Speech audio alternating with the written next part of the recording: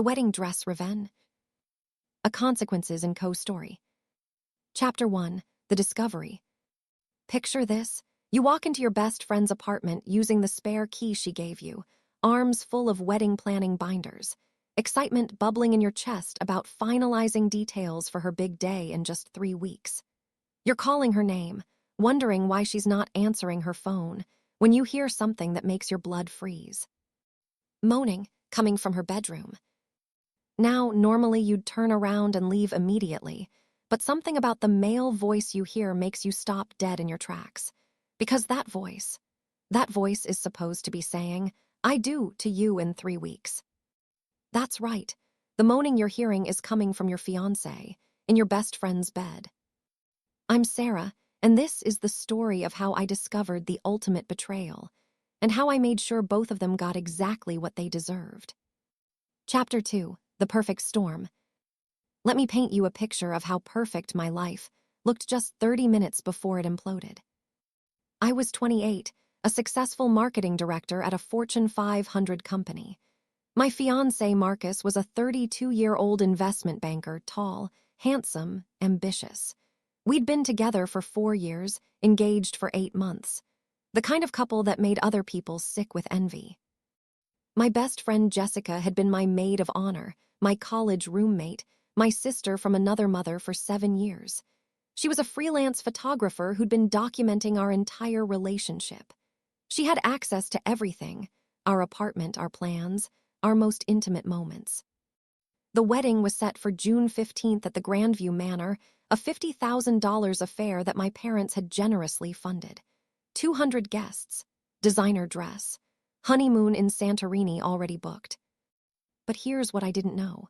Marcus and Jessica had been having an affair for 6 months. 6 months. While I was tasting wedding cakes, Jessica was tasting my fiancé. While I was picking out centerpieces, she was centering herself in my relationship. While I was planning the happiest day of my life, they were planning how to destroy it.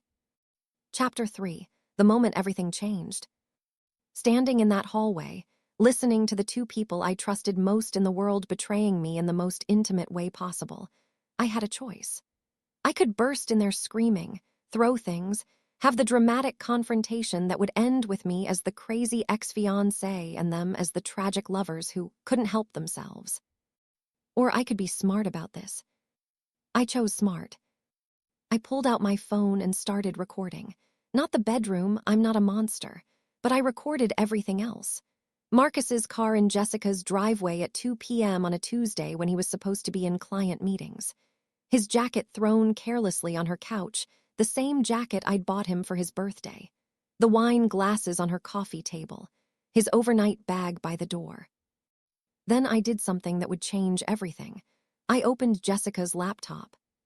See, Jessica was the type of person who never logged out of anything. Her Facebook, Instagram, email, everything was open.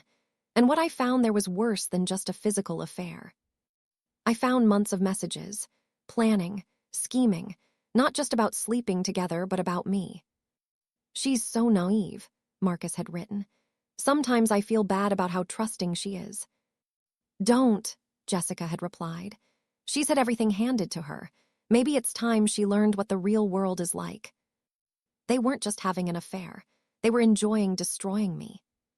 But the worst part, the part that made my hands shake as I screenshotted everything, they were planning to humiliate me at my own wedding. Chapter 4. The Master Plan Unveiled. The messages revealed everything. Marcus and Jessica had planned to let the wedding happen, all of it. The ceremony, the reception, the speeches. Then, during the father-daughter dance, Jessica was going to stand up and announce their affair in front of everyone. "Imagine her face when I tell everyone we've been together longer than they've been engaged," Jessica had written. "The photos will be priceless." Photos? She was going to document my humiliation for her portfolio. Marcus's response made me physically sick. "Your idea to do it after her dad's speech is genius. Maximum impact. She'll never recover from this." They had calculated every detail. Jessica would announce she was pregnant, a lie, but one that would make their love story seem more sympathetic. Marcus would pretend to be torn but ultimately choose true love over obligation.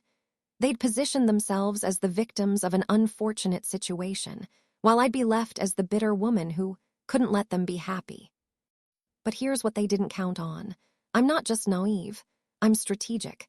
And I had 3 weeks to plan the most epic revenge in wedding history. Chapter 5. Assembling the Arsenal. The next morning, I called in sick to work and got to business. First, I made copies of everything's screenshots, videos, downloaded every message thread.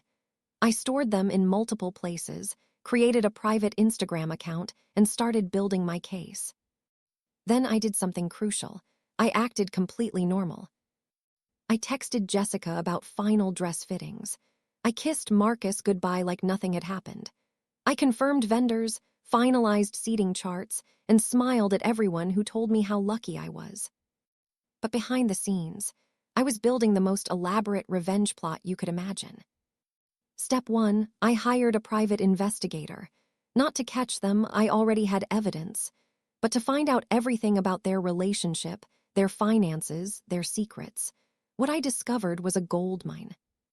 Marcus had been embezzling money from his company to pay for expensive gifts for Jessica jewelry that he'd told me was too flashy for my taste. Jessica had been using my contacts and connections to book high-paying photography gigs, then talking trash about me to those same clients. Step 2, I called my cousin David, who happened to be a divorce lawyer, and asked him about a hypothetical situation. He told me something interesting. In our state, adultery could affect the division of assets if we'd been married. But since we were only engaged, I had no legal recourse. That's when I realized legal consequences weren't what I was after. I wanted something much more satisfying. Chapter 6. The web begins to tighten. 2 weeks before the wedding, I started phase 2 of my plan. I scheduled a girls' night with Jessica and casually mentioned that Marcus had been acting strange lately. "Do you think he's getting cold feet?" I asked, watching her face carefully. "Oh, you know how men are about commitment," she said, barely able to hide her smile. "Maybe he's just stressed." Then I told her something that made her perk up with interest. I found some charges on his credit card that he couldn't explain. Expensive jewelry from Tiffany's that I never received. I watched as panic flashed across her face. The necklace she was wearing, the one Marcus had bought her with embezzled money, suddenly felt like a weight around her neck. "I'm sure there's an explanation," she stammered. "You're right," I agreed. "I'm probably just being paranoid. By the way, I had an idea for the wedding photos.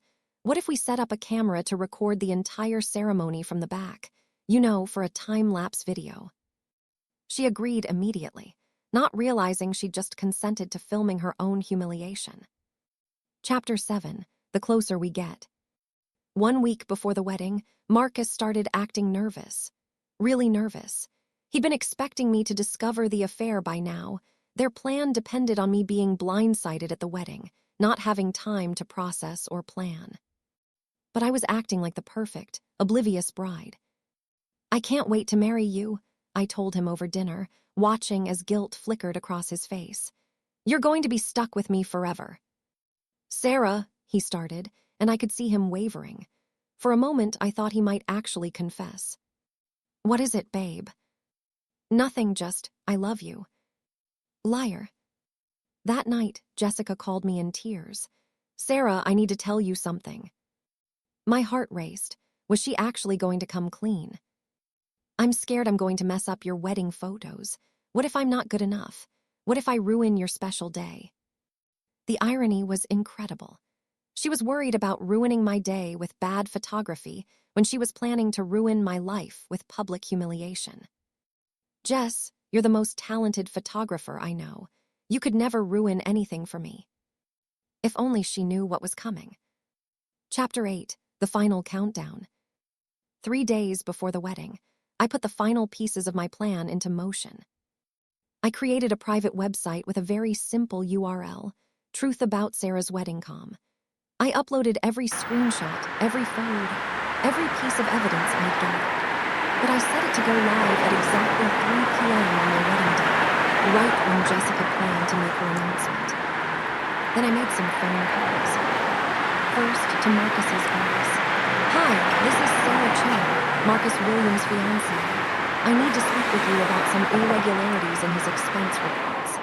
I think someone might be stealing from the company, and I'm worried Marcus might be implicated." Second, to Jessica's biggest client, the one she booked through my connections. "I wanted to give you a heads up that Jessica might not be as professional as she appears. I can send you some evidence if you're interested." Third, to my wedding planner. "I need to make a small change to the reception timeline." But the most important call was to my parents. I sat them down and showed them everything. My father, a man who rarely shows emotion, actually cried. My mother went through the 5 stages of grief in about 10 minutes. "We should cancel the wedding," Mom said immediately. "No," I replied firmly. "We're going to let them dig their own graves, trust me." Chapter 9. The wedding day arrives. June 15th dawned bright and beautiful. Perfect weather for a perfect revenge. I woke up early and did something that might surprise you. I got ready like nothing was wrong. I had my hair and makeup done. I put on my $3,000 dress. I smiled for photos with my bridesmaids. Jessica was there, of course, playing the part of the devoted best friend, taking candid shots of me getting ready. She kept checking her phone nervously, probably coordinating with Marcus about their big reveal. "You look absolutely radiant," she told me, and I could hear the false sweetness in her voice. "I feel amazing," I replied honestly, because I did. I felt powerful. I felt in control, and I felt excited for what was about to happen. At the venue, everything was perfect. The flowers were stunning, the decorations were elegant, and the guests were starting to arrive. Marcus stood at the altar looking handsome but nervous, checking his watch constantly. He had no idea that by the end of the day, his career would be over and his reputation would be in ruins. Neither did Jessica. Chapter 10. The Ceremony of Lies. The ceremony began beautifully. My father walked me down the aisle, and I could see tears in many eyes, including some genuine ones from family members who had no idea what was really happening. I looked radiant because I was genuinely happy. Not about marrying Marcus. That ship had sailed the moment I heard him moaning in Jessica's bedroom. I was happy because I was about to serve the coldest dish of revenge in wedding history. We exchanged vows. His were full of promises about faithfulness and honesty that made several people shift uncomfortably in their seats. My parents had discreetly informed a few close family members about what was coming, so there was a strange tension in the air.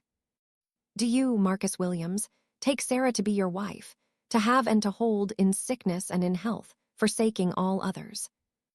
"I do," he said, looking directly into my eyes. The audacity was breathtaking. When it came time for my vows, I deviated from the script we'd rehearsed. "Marcus," I said, my voice carrying clearly through the chapel, "I promise to give you exactly what you deserve." He smiled, thinking it was romantic. The audience awed appropriately. If only they knew. Chapter 11. The reception begins. The cocktail hour was torture, but not for me. I watched as Marcus and Jessica tried to act normal while clearly communicating through glances and subtle gestures. They were both checking their phones constantly, probably coordinating the timing of their big reveal. I, meanwhile, was having the time of my life. I chatted with guests, took photos, and accepted congratulations with genuine grace. Because I was genuinely grateful that I'd discovered their betrayal before legally binding myself to Marcus, and grateful that I was about to expose them both. During dinner, Jessica kept taking photos, setting up her equipment for what she thought would be the money shot of my devastation. Marcus kept checking his watch. They'd planned their announcement for during the father-daughter dance, which was scheduled for 7:30 p.m. At 7:25, I excused myself to touch up my makeup. Instead, I sent a text to 5 different people. "It's time. Check your phones in 5 minutes." Then I returned to the reception with the biggest smile I'd worn all day. Chapter 12. The father-daughter dance. At exactly 7, 30, the DJ announced the father-daughter dance. Dad and I took the floor to Butterfly Kisses, ironically, a song about a father's love protecting his daughter. As we swayed together, I could see Jessica positioning herself near the microphone. Marcus was standing close to the head table, ready to play his part in their scripted drama. "Are you ready for this, sweetheart?" Dad whispered in my ear. "I've never been more ready for anything in my life," I whispered back. We danced for about a minute, and then, right on cue, Jessica began walking toward the microphone. The music was still playing, and guests were watching our dance, unaware that the real show was about to begin. But instead of Jessica making her announcement, something else happened. Every phone in the reception hall started buzzing simultaneously. Chapter 13, The Reckoning. I had sent the link to my website to everyone at the wedding. Every single guest received a text message from me at exactly 7:31 p.m. Before Jessica speaks, I thought you should know the truth about why this marriage was never going to work. Please visit Truth About Sarah's Wedding Hall when the phone rings. Sarah. The change in the room was immediate and electric. You could literally see a wave of realization wash over the crowd as people opened the link and started reading. Screenshots of Marcus and Jessica's messages, photos of them together, evidence of the embezzlement. Their entire plan to humiliate me laid out in their own words. Jessica had reached the microphone, but she'd also checked her phone when it buzzed. I watched her face go from confident to confused to absolutely horrified in the span of 30 seconds. Marcus, meanwhile, was frantically trying to get my attention from across the room, probably hopping to stop whatever was happening. But it was too late. The DJ, bless him, had also received the link and was looking at me with wide eyes. I nodded to him, and he handed me the microphone. "Ladies and gentlemen," I announced, my voice clear and strong, "I need to share something with all of you." Chapter 14, The Speech of a Lifetime. The room fell completely silent, except for the sound of people whispering and scrolling through their phones. Many of you are probably looking at your phones right now, and yes, what you're seeing is real. For the past 6 months, my ex-husband as of right now, has been having an affair with my maid of honor, Jessica. Gasps echoed through the reception hall. Jessica had gone completely white and was trying to back away from the crowd, but there was nowhere to hide. "But that's not even the worst part," I continued. "They planned to humiliate me today. They were going to let this entire ceremony happen, let you all celebrate with us, and then announce their affair during this very dance. They wanted to document my pain for Jessica's photography portfolio." The gasps turned to angry murmurs. I could see my aunts and uncles looking absolutely furious, and Jessica's own family members staring at her in shock. They called me naive, said I did everything handed to me and needed to learn what the real world was like. Well, Jessica and Marcus, let me show you what the real world looks like. I gestured toward the entrance of the reception hall, where 2 security guards had just walked in. "Marcus, you're about to be arrested for embezzlement. Your boss is very interested in those Tiffany's receipts you've been hiding." Marcus went from red to pale in seconds. The security guards walked directly toward him. "And Jessica," I turned to face my former best friend, "your biggest client just fired you. Turns out they don't appreciate photographers who talk trash about their referral sources. Also, that camera equipment you borrowed from me last month, I'd like it back." Chapter 15, The Beautiful Aftermath. What happened next was more satisfying than any revenge movie you've ever seen. Marcus tried to literally run, but the security guards caught him before he reached the exit. The police had been contacted by his company that afternoon after my tip led them to discover $47,000 in fraudulent expenses. Jessica attempted to gather her photography equipment and leave quietly, but my cousin David, remember, the lawyer, stopped her with a cease and desist letter regarding the photos she'd taken of Marcus and me during our relationship. Turns out, using someone's private photos for an affair partner's amusement could constitute harassment. But the most beautiful part was watching the room turn on them. These were people who had known Jessica and Marcus for years, who had celebrated with us, who had brought gifts and taken time out of their lives to witness what they thought was a beautiful union. My grandmother, all 85 years of her, walked up to Jessica and said loud enough for everyone to hear, "I've lived through the Depression and 2 wars, young lady, and I've never seen behavior this shameful. You should be ashamed of yourself." Jessica burst into tears and ran out of the reception hall. Several of her own family members followed her, not to comfort her, but to express their own disgust. Marcus, meanwhile, was being read his rights in front of 200 people. The irony wasn't lost on anyone that he was being arrested at what was supposed to be his wedding. Chapter 16, The Victory Lap. After the initial chaos died down, something amazing happened. The party got better. My family and friends rallied around me in a way that was absolutely beautiful. My dad stood up and made an impromptu toast to my daughter, Sarah, who just showed everyone in this room what real strength looks like. The applause was thunderous. People started sharing their own stories of betrayal and revenge. My uncle told a story about a business partner who tried to cheat him in the 1980s. My college friend shared how she'd exposed a cheating boyfriend by posting his messages on the campus bulletin board. The DJ, who had originally been hired to play romantic wedding songs, shifted into party mode. We danced, we laughed, and we celebrated not my marriage but my freedom. Several people told me they'd never seen a more satisfying moment in their lives. My college roommate said she was taking notes for her own potential future revenge needs. But the best part was the messages that started pouring in.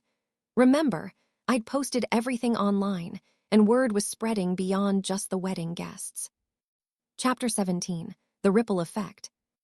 Within 24 hours, my revenge had consequences far beyond what I'd even planned. Marcus's arrest made the local news. Investment banker arrested at own wedding for embezzlement. The story was picked up by several online publications, and suddenly everyone was talking about the bride who exposed her cheating fiancé. Jessica's photography business collapsed overnight. Not only did she lose her biggest client, but the story spread through the wedding photography community. Who wants to hire someone known for betraying brides? But the ripple effects went even deeper. 3 of Marcus's coworkers came forward with their own suspicions about his expense reports. The investigation expanded, and it turned out he'd been stealing from the company for over 2 years, far more than just the money he'd spent on Jessica. Jessica's landlord evicted her because the media attention was disrupting other tenants. Her college sorority sisters publicly distanced themselves from her on social media. Marcus's parents called me to apologize and ask if I wanted them to return the wedding gifts they'd given us. I told them to keep them.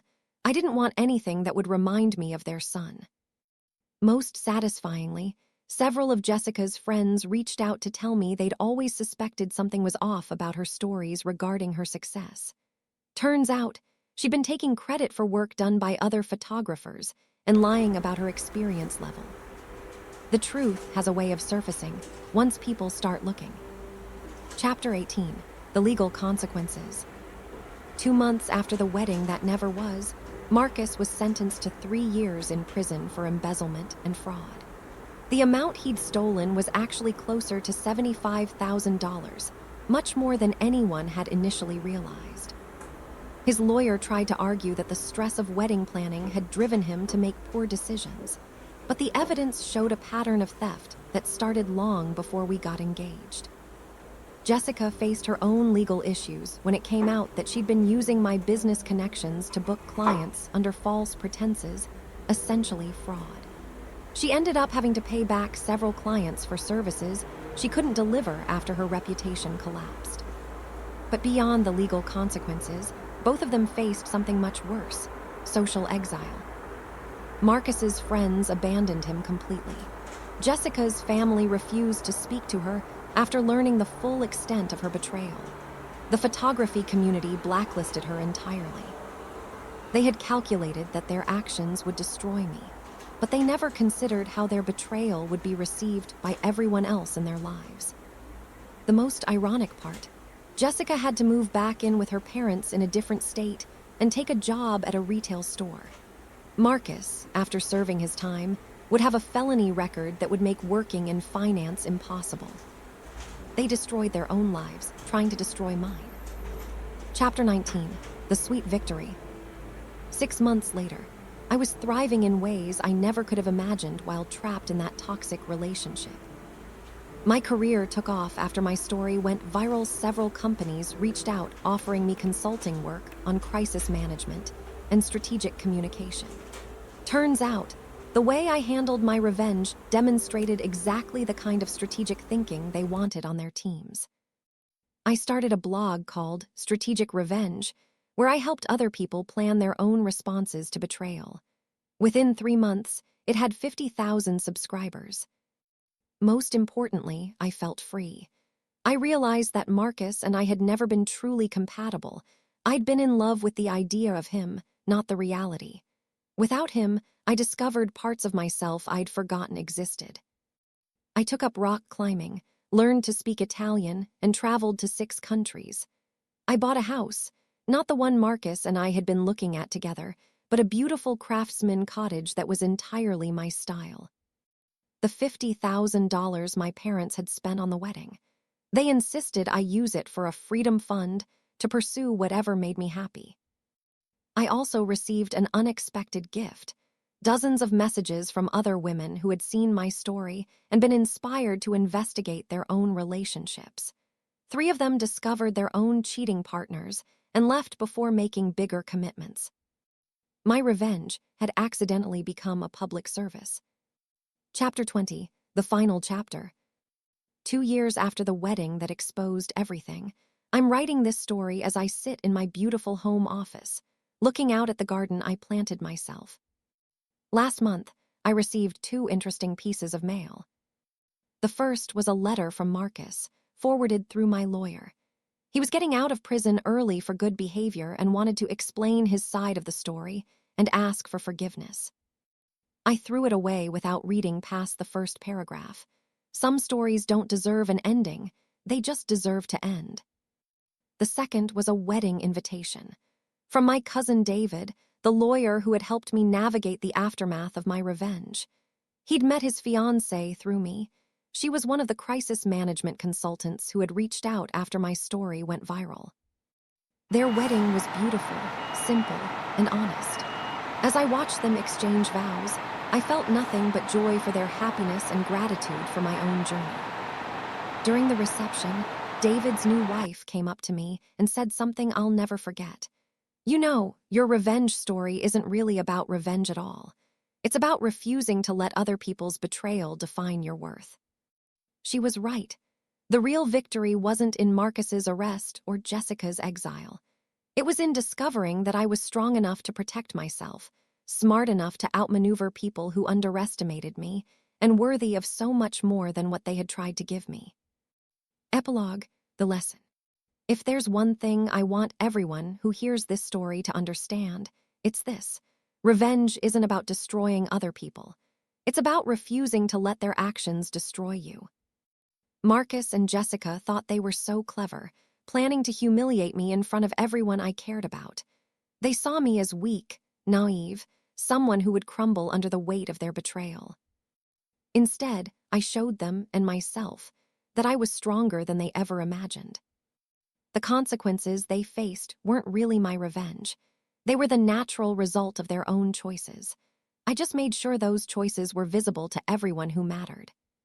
Sometimes the most powerful thing you can do when someone betrays you is simply tell the truth about what happened. The truth has its own power, its own consequences. And sometimes, those consequences are more satisfying than any revenge you could have planned. That's the real lesson of Consequences and Co. What goes around doesn't just come around. It comes around amplified, magnified, and with interest. Marcus and Jessica learned that lesson the hard way. And me, I learned that I was always strong enough to survive anything they could throw at me. I just needed to give myself the chance to prove it. Thank you so much for watching. If you like this type of stories where consequences are delivered, please give it a like and subscribe for more. Have a good day.